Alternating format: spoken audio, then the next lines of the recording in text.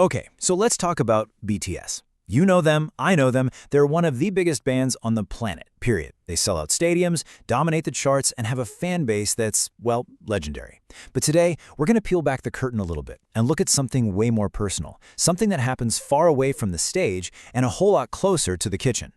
I mean, seriously, their music has reached every corner of the globe. They've created this incredible connection with people that just completely jumps over any language barrier or cultural divide. And what's so fascinating is how that influence doesn't just stop at the music. It follows them everywhere, even to the dinner table. Because what they eat, the snacks they crave, and yeah, even what they argue about, it actually tells a really interesting story. So here's what's on the menu for this explainer. We're going to start with the snacks that bring all 7 of them together. Then we'll dive into the great spicy food debate. After that, we'll take a tour of each member's personal favorites, unpack the absolutely wild Jimin effect, and finally, talk about why for BTS, a meal is always way more than just a meal. You know, with 7 completely different personalities, you would think getting them to agree on a single snack would be mission impossible. But it turns out there are a few go-to favorites that everyone can get behind. And here they are. This is pretty much the holy trinity of snacks for them.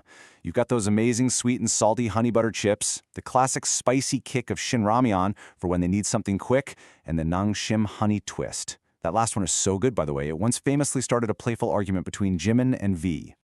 Okay, so while they can agree on some snacks, there is one topic where the group is just hilariously split right down the middle, and that is how much heat they can handle. So on one side of the ring, you have your spice champions, RM and Jin. They're pretty confident in their abilities. And now on the other side, you've got members like Jungkook and Jimin, who are very open about the fact that spicy food can be, well, a real struggle sometimes. And you can see it perfectly in this one Wired interview. They get asked if they can eat spicy food, and the group's leader, RM, doesn't even skip a beat. His answer is just this immediate, super enthusiastic, hell yeah, he was ready. But then, almost immediately, Jungkook, the youngest, kind of brings everybody back down to earth. He admits that his tolerance has definitely changed, and Jimin jumps in right after him, agreeing that, yeah, it's pretty hard for him too. And just when you think you know where everyone stands, Suga comes in with what is honestly the perfect final word on the matter.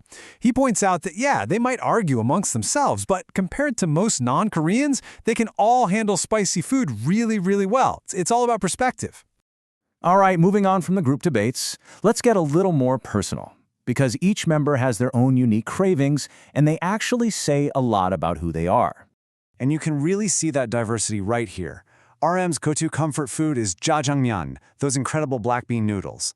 Jin, on the other hand, he's going for luxury with lobster. Suga and J-Hope love their classic Korean beef dishes. Jimin, of course, leans into the heat with things like spicy ramen. V is all about japchae, and Jungkook, well, if it's made with flour, like pizza or bread, he's happy. Now, to really get RM, you have to understand his deep, deep love for jjajangmyeon. This is so much more than just a dish for him. It's a craving that is so intense. It actually led to a legendary story of rebellion back in their trainee days. I mean, get this. He was a trainee, and one day he faked a stomachache just so he could get out of dance practice. And where did he go? He snuck out to a restaurant to secretly eat a bowl of black bean noodles. That's not just love, you know, that is pure commitment. And then you have the group's other foodies. Jin is a total connoisseur. He even had his own eating show called Eat Jin, where he once, famously, ate 6 whole lobsters by himself. Then there's Jungkook. He's more of an adventurous eater, and he got really excited about Indian food on a livestream once, saying he absolutely loved butter chicken with naan. But for all his adventurous taste, Jungkook's heart also belongs to something incredibly simple and sweet. He once said that he would rather give up pizza than live without his favorite banana milk. Pizza. That tells you everything you need to know right there. Okay, so we've seen their personal tastes, but what happens when millions of people are watching them eat?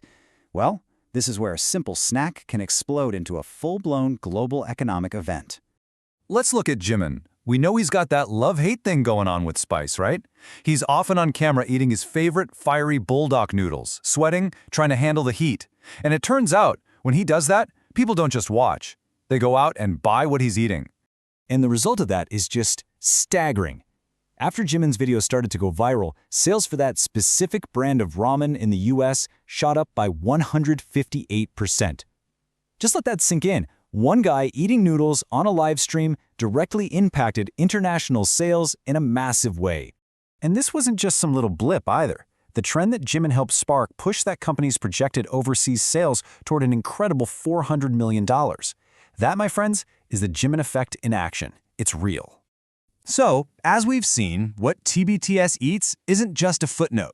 It is deeply, deeply woven into their story, both as a group and as 7 individuals. You know, it's the flavor of their friendship, something you can find in a shared bag of Honey Twist chips. It's a source of comedy and connection in their spicy food debate. And it's a powerful bridge to the rest of the world, where a simple love for jjajangmyeon or buldak ramen can become a massive cultural moment for everyone to share. And really, it leaves you with a fascinating question to chew on, doesn't it? In a world that is this connected, the line between someone's personal taste and a global phenomenon has basically disappeared. It just goes to show you that culture isn't only made in a recording studio or on a huge stage. Sometimes it's made right at the dinner table.